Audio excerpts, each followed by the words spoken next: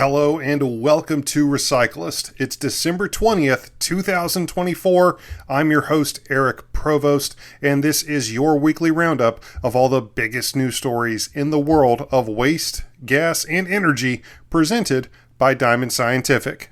First things first, and as always, let's take a quick look at the stock market and 5 stocks on the move this week within the world of waste, gas, and energy. As of December 20th, 2024, Enbridge Incorporated is currently sitting at $61.18 per share. Clean Energy Fuels Corp has reached $2.58 per share. Brookfield Renewable Corp is now at $38.24 per share. NextEra Energy ended the day at $71.71 per share. And Black Hills Corp is now sitting at exactly $58 per share. But first up in the news, I have a quick RIN generation update for you, as this past week, the US EPA did release data showing that 2.03 billion renewable identification numbers were generated under the Renewable Fuel Standard in November, up from 2.01 billion generated during the same month of last year. Year to date, we are now sitting at 22.9 billion RINs generated, this up from 21.59 billion generated during the first 11 months of 2023. And for our purposes, nearly 88.94 million D3 cellulosic biofuel RINs were generated in November, including 72.75 million generated for renewable natural gas. And since we're already talking about the Environmental Protection Agency, this past week the organization also announced an $89 million loan to King County, Washington, to help upgrade several wastewater treatment systems. Provided by the EPA's Water Infrastructure Finance and Innovation Act loan program, this funding will support projects that improve the reliability of reclaimed water available for use and enhance the system's resiliency to future seismic events.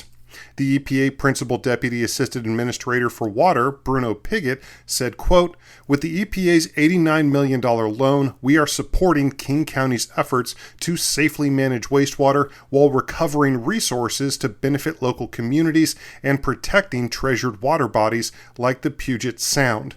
This suite of infrastructure projects, including seismic upgrades, will help ensure that 2 million King County residents have reliable and resilient wastewater treatment that provides a strong foundation for thriving communities." End quote. And up next, we also have some really interesting projects coming out of the Department of Energy, as the organization's Bioenergy Technologies Office recently announced $52 million in funding for 6 university and industry projects to advance the production of low carbon intensity, purpose-grown energy crops, critical to accelerating a clean energy bioeconomy. These projects are meant to expand a domestic supply chain of alternative carbon sources essential to biofuels and bioproducts production that can lower net emissions in the transportation and industrial sectors, as well as innovate and grow the U.S. agricultural industry.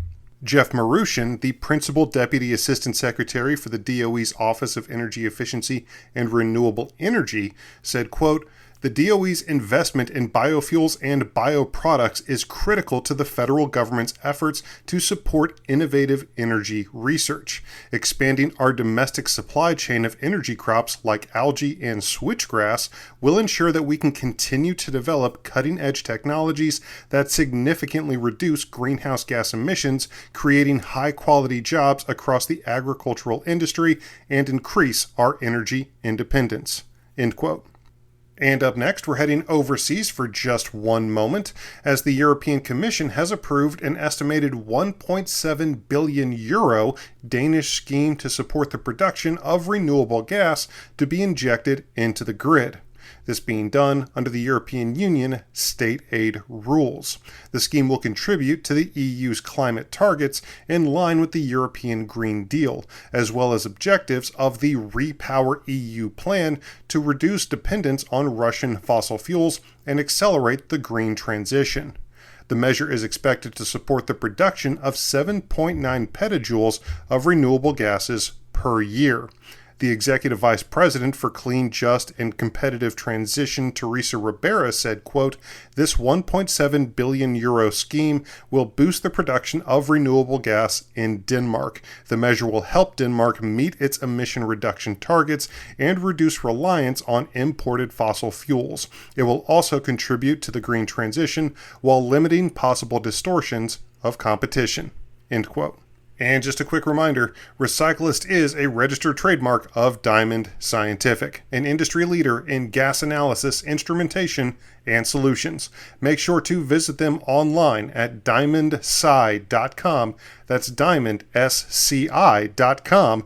Or you can even set up a personalized presentation by calling 321-223-7500. Now on with the news. Enbridge Incorporated of Canada recently announced plans to invest the equivalent of $2.4 billion American in natural gas and renewable power in the coming year, saying there were better investment opportunities in the U.S.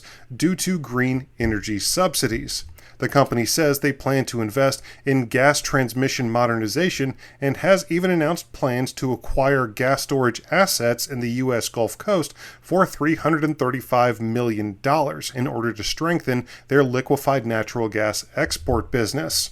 Enbridge says that the Biden administration's Inflation Reduction Act, a $430 billion clean energy subsidy program, has made the United States more competitive in attracting capital.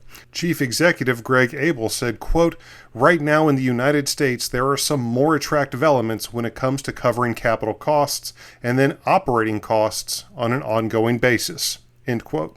And up next, Waga Energy is returning to the U.S. for new projects, as G2 Energy, a developer and operator of renewable natural gas projects, has selected the French company to develop RNG projects at 2 landfills owned and operated by Recology, an integrated resource recovery company providing materials collection, processing, and outreach and education to customers along the West Coast. Under this agreement, Waga Energy will finance, build, own, and operate 2 RNG production facilities using its patented Wagabox technology. The first facility will be located at the Ostrom Road landfill in Wheatland, California, and will produce up to 420,000 metric million British thermal units, or 123 gigawatt hours annually. The second facility will be installed at the Hay Road landfill in Vacaville, California, and will produce up to 630 million British thermal units, the equivalent of 185 gigawatt hours annually. And up next, Italian company Aliana recently announced the completion of several major milestones for its own renewable natural gas business.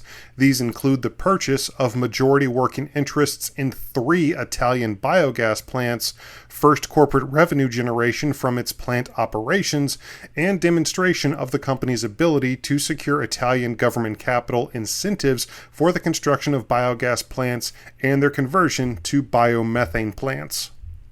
And lastly, Hydron Energy Incorporated recently announced they have signed a collaboration agreement with Fortis BC Energy Incorporated to evaluate the feasibility of using Hydron's interrupter gas upgrading solution at locations in British Columbia, Canada, potentially improving costs related to the purification of renewable natural gas production and further reducing greenhouse gas emissions.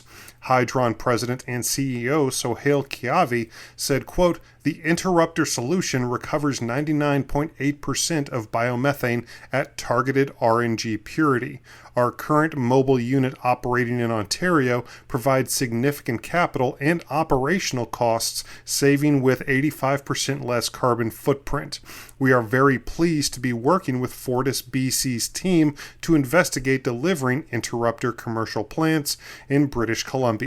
End quote.